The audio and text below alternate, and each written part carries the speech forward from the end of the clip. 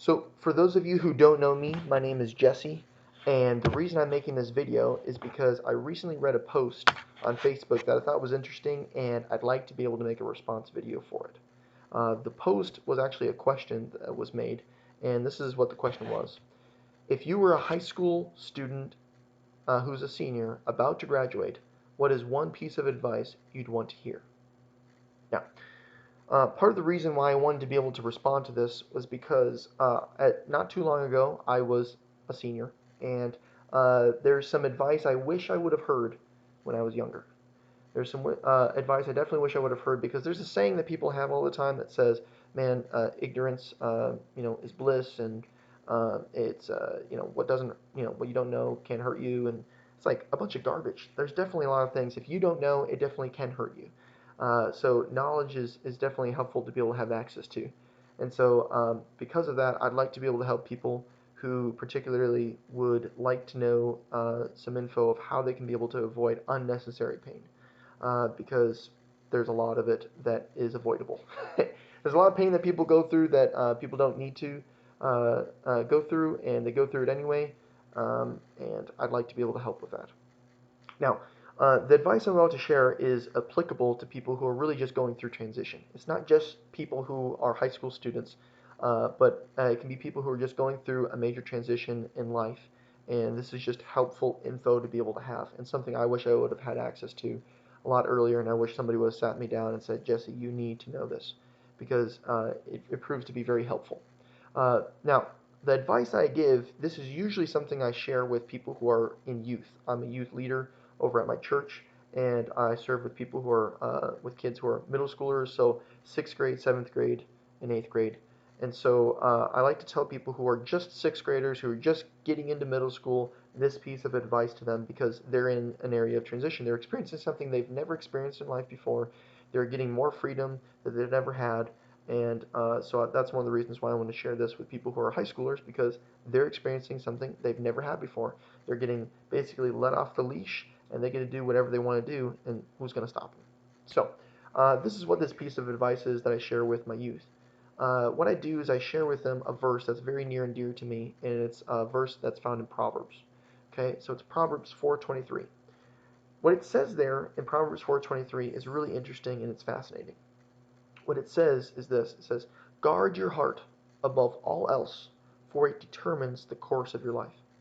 I'll say it again. It says, "Guard your heart above all else, for it determines the course of your life."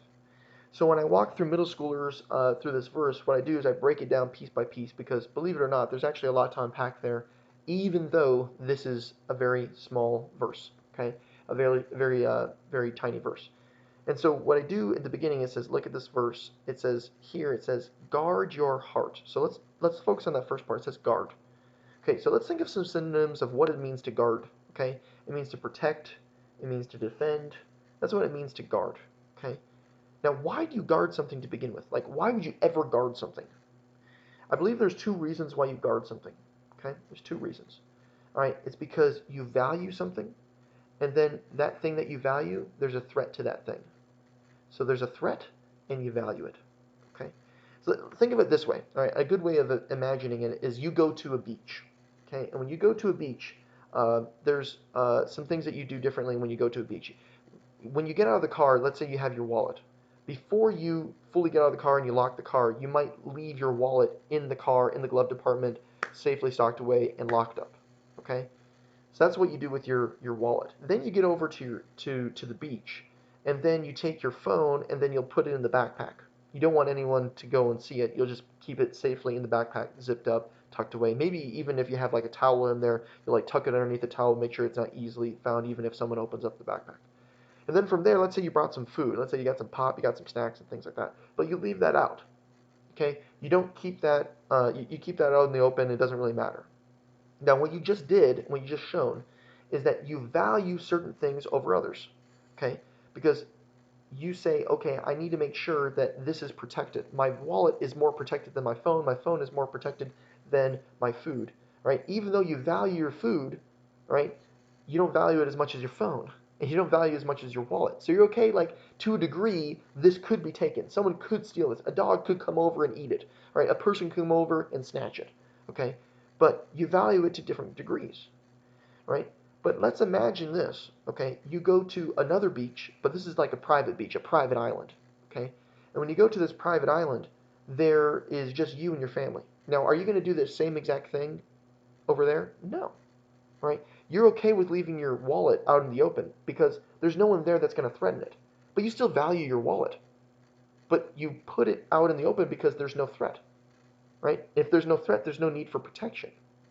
It's different when you go to a public beach. There's a need for protection because there's a threat and you value it. So those two dynamics are always playing against each other when it comes to guarding something. So I bring this up for this very reason because in this verse it says guard your what? Guard your heart. All right, so whenever it says guard something, it says it's making two assumptions. It's saying, look, you should value this, and then number one, there's a threat. So the questions you should ask is this: is saying, why should I value my heart? And then what is the threat to my heart? So let's break that down. So when you look at your heart, why should you value your heart? Well, fortunately in this verse it explains it. It says, why should you value your heart? Well, read it through. It says, guard your heart above all else, for it determines the what? Course of your life. So it says, look, anything that has access to your heart is the thing that's going to end up, it determines the course of your life. It has control. Think of it as a GPS. Okay, anyone who has access to the GPS and you can put in any address that they want, they get to determine the destination. They get to determine the course that you end up taking. And so you want to make sure, look, whoever has access to my heart has access to where I end up. That's the reason why you should value it. That's why it says value it above all else. It should be number one, the number one thing that you value. But then the dynamic comes again and says, look, okay, it's obviously super important. I can't agree. Whoever has access to my heart has control over my destination, where I end up in life. Okay, totally understand that. But then what's the threat? Because if there's no threat, there's no need to guard it. But there's a threat, because that's why you guard something. So there's actually three things that threaten your heart: the world, the devil, and your own evil desires. Those are the three things that end up affecting and threatening your heart. And so the thing that you should be asking yourself is, how is it a threat? And what are they going to do to try to attack the heart? Because if you know how something is going to attack, then that can determine how you're going to guard it. That can determine how you're going to be able to protect it. Because think of it this way: if I came to you and I said, hey, by the way, I'm going to go and punch you, okay? The way you would guard yourself differently if I said, I'm going to stab you, okay, versus I'm going to punch you. If I'm going to punch you, you might block my punch. But if I said I'm going to stab you, you might hire someone to protect you. Okay, you might get someone to, hire someone that's going to be a bouncer and just, and make sure that they know what they're doing. They can be able to go and keep you safe. Okay, so you see what I mean? Versus if I said I'm going to shoot you. If I said I'm going to shoot you, then based on that, you're going to protect yourself far even greater than you were even before, presumably. So here's my point. Depending on how someone is going to attack you determines how you're going to guard it. And depending on how much you value something determines on how heavily you're going to guard it. See what I mean? How it ends up going in and affecting each other. And so the question is, how does the world, how does the devil, and how does your evil desires try to attack you? That's the threat. So how do they try to attack you? So this is what ends up happening, okay? There's a couple different ways that the devil tries to attack, okay? These are the 5 Ds, okay? Distract, destroy, disconnect, delay, and discourage. I'll say it again. He tries to distract, destroy, disconnect, delay, and discourage you. That's the ways he tries to get at you. And so the question is, how do you protect yourself against that?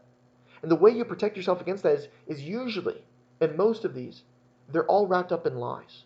That's how the devil and how the world and how your own evil desires tries to attack you, is with lies. And so how do you protect yourself against a lie? You know the truth. That's how you protect yourself. Think about it this way. If I accused you of you doing something that you didn't do, you try to make a case of the truth. You'd say, that's actually not what happened. This is what happened. And you would make a case and saying, that's not true. This is actually what occurred.